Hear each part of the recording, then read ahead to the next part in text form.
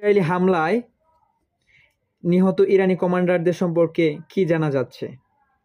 শুক্রবার ইসরায়েলের হামলায় ইরানে কয়েকজন গুরুত্বপূর্ণ সামরিক কর্মকর্তা মারা গেছেন। ইন্না লিল্লাহি ওয়া ইন্না ইলাইহি রাজিউন। শুক্রবার ইসরায়েল যখন ইরানে হামলা করে, তখন তাদের লক্ষ্য ছিল ইরানের বিভিন্ন এলাকায় অবস্থিত পরমাণু গবেষণা কেন্দ্র, সেনা ঘাঁটি ও বেশ কিছু বেসামরিক স্থাপনা।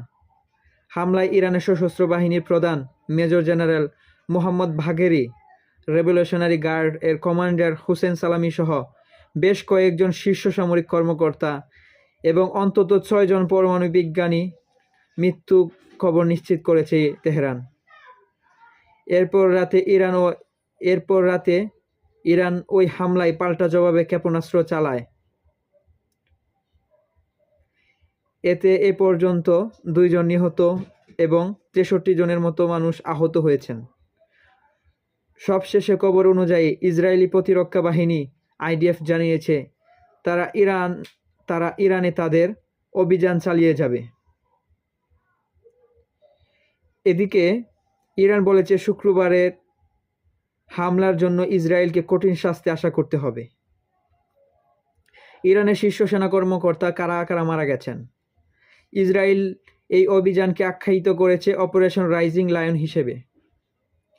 ইরানের রেভলিউশনারি গার্ডস কর্পস আইআরজিসি সংশ্লিষ্ট সংবাদ সংস্থা তাসনিম এই তথ্য নিশ্চিত করেছে। ইসরায়েলের হামলায় ইরানে পরমাণু কার্যক্রমের সাথে জড়িত অন্তত ৬ জন বিজ্ঞানী মারা গেছেন। চিন্তা করছেন?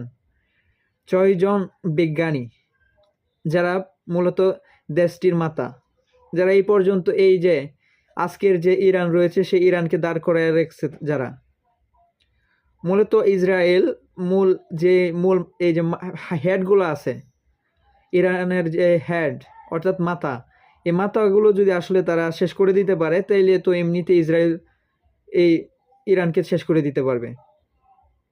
এই সাধারণ বাহিনী মাইরা কি করবে? তারা হাত দিচ্ছে বড় জায়গায়। তো এটার পাল্টা জবাবও দিবে আশা করি তেহরান।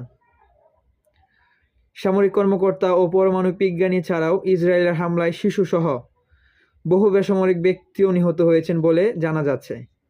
ইরানে নিহত হওয়া হাই প্রোফাইল কমান্ডারদের সম্পর্কে জেনে নেওয়া যাক।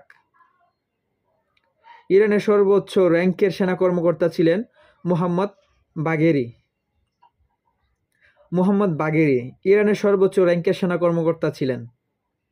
মোহাম্মদ বাঘেরি ইরানের সশস্ত্র বাহিনীর সেনাপ্রধান হিসেবে দায়িত্বরত ছিলেন। তিনি এবং তার ভাই ৮০-র দশকে ইরান ইরাক যুদ্ধের সময় আইআরজিসির গোয়েন্দা বিভাগ প্রতিষ্ঠা করতে বড় ভূমিকা রাখেন। অন্য কমান্ডারদের চেয়ে তাকে অপেক্ষাকৃত কম কট্টরপন্থী মনে করা হতো। গত এপ্রিলে এক ভাষণে যুদ্ধ এড়িয়ে শান্তি প্রতিষ্ঠার কথা বলায় ইরানে কিছুটা সমালোচনার মুখে পড়েছিলেন তিনি। আচ্ছা ভাই, তিনি যুদ্ধটা এড়িয়ে যাওয়ার শান্তি প্রতিষ্ঠা করার চেষ্টা করছিল, কিন্তু তার দেশের জনগণ তার প্রতি খুবই ক্ষিপ্ত হয়েছিল যে না, এত ঠান্ডা হলে চলে না, গরম হতে হবে। এই হচ্ছে বাঘেরি। আমরা এমন একজন নেতা হারালাম। এখন তার জায়গায় সশস্ত্র বাহিনীর নতুন প্রধান নিযুক্ত করা হয়েছে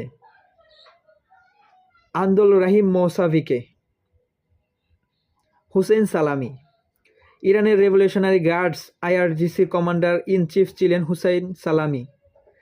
বাঘেরির মতো হুসেইন সালামিও ১৯৮০ সালে ইরান ইরাক যুদ্ধের সময় আইআরজিসিতে যোগ দিয়েছিলেন। পরের ২০০৯ সালে তিনি ডেপুটি কমান্ডার এবং ২০১৯ সালে বাহিনীর কমান্ডার হন। তিনি মূলত একজন সুবক্তা হিসেবে পরিচিত ছিলেন। ইসরায়েলের বিরুদ্ধে কঠোর অবস্থানের জন্য তার খ্যাতি ছিল। হেডকোয়ার্টার্সের প্রধান ছিলেন গোলাম আলী রাশিদ। এই বিভাগটি আইআরজিসি ও ইরানের সেনাবাহিনী যৌথ অভিযানগুলোর মধ্যে সমন্বয় করত। ৮০-র দশকে ইরাক ও ইরানের মধ্যে হওয়া যুদ্ধে সরাসরি অংশ নিয়েছিলেন গোলাম আলী রশিদ। পরে ইরানের সেনাবাহিনী উপপ্রধান হিসেবেও দায়িত্ব পালন করেন তিনি। গোলাম আলী রাশিদের মৃত্যুর পর আলী সাদমানি তার স্থলাভিষিক্ত হয়েছেন বলে খবর প্রকাশ করেছে ইরানের রাষ্ট্রীয় সংবাদ মাধ্যম। আমির আলী হাজিজাদে। আল্লাহ, এই ব্যক্তিটারে খুব মিস করব। আল্লাহ তার শহীদ মর্যাদা দিক, আমিন। আমির আলী হাজিজাদে আইআরজিসির এরোস্পেস ফোর্স বা বিমান ও মহাকাশ সংশ্লিষ্ট বাহিনীর প্রধান ছিলেন আমির আলী হাজিজাদে। ইরানের ক্ষেপণাস্ত্র কার্যক্রম সংশ্লিষ্ট কর্মসূচির একজন শীর্ষ কর্মকর্তাও ছিলেন তিনি। ইসরায়েলি ডিফেন্স ফোর্সেস আইডিএফ জানিয়েছে, আইআরজিসির বিমান বাহিনীর বেশ কয়েকজন কমান্ডারের সাথে মাটির নিচে একটি ঘাঁটিতে অবস্থান করেছিলেন আমির আলী হাজিজাদে। আইডিএফের দাবি সেখান থেকে ইসরায়েলের উপর হামলার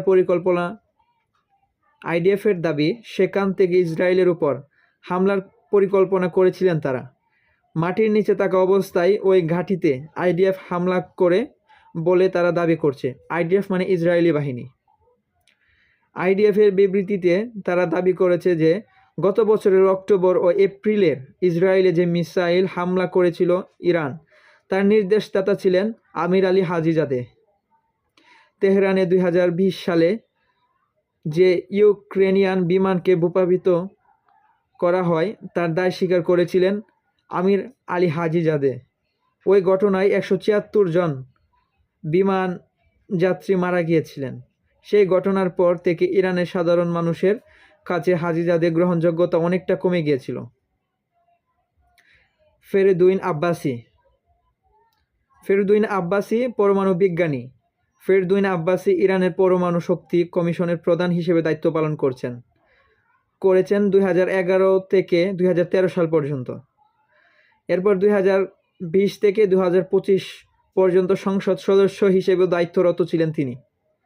ইরানের পরমাণু কার্যক্রমের মাধ্যমে পরমাণু অস্ত্র তৈরির পক্ষপাতী ছিলেন মিস্টার ফেরদৌইন আব্বাসি। এ বছরের মে মাসে ইরানের টিভি চ্যানেল SNN এর সাথে সাক্ষাৎকারে তিনি পরমাণু অস্ত্র তৈরির পরিকল্পনা সম্পর্কে কথা বলেছিলেন। মারা যাওয়া অন্যান্য পরমাণু বিজ্ঞানী। ইরানের রাষ্ট্রীয় সংবাদ মাধ্যমের খবর থেকে জানা যাচ্ছে যে আরও কয়েকজন সুপরিচিত পরমাণু বিজ্ঞানীও মারা গেছেন ইসরায়েলের হামলায়। তারা হলেন মোহাম্মদ মেহেদি তেহরানচি, যিনি তেহরানের আজাদ বিশ্ববিদ্যালয়ের প্রধান ছিলেন, আবদুল্লাহ হামিদ মিনহচহর, যিনি ইরানের শহীদ বেহেশতি বিশ্ববিদ্যালয়ের নিউক্লিয়ার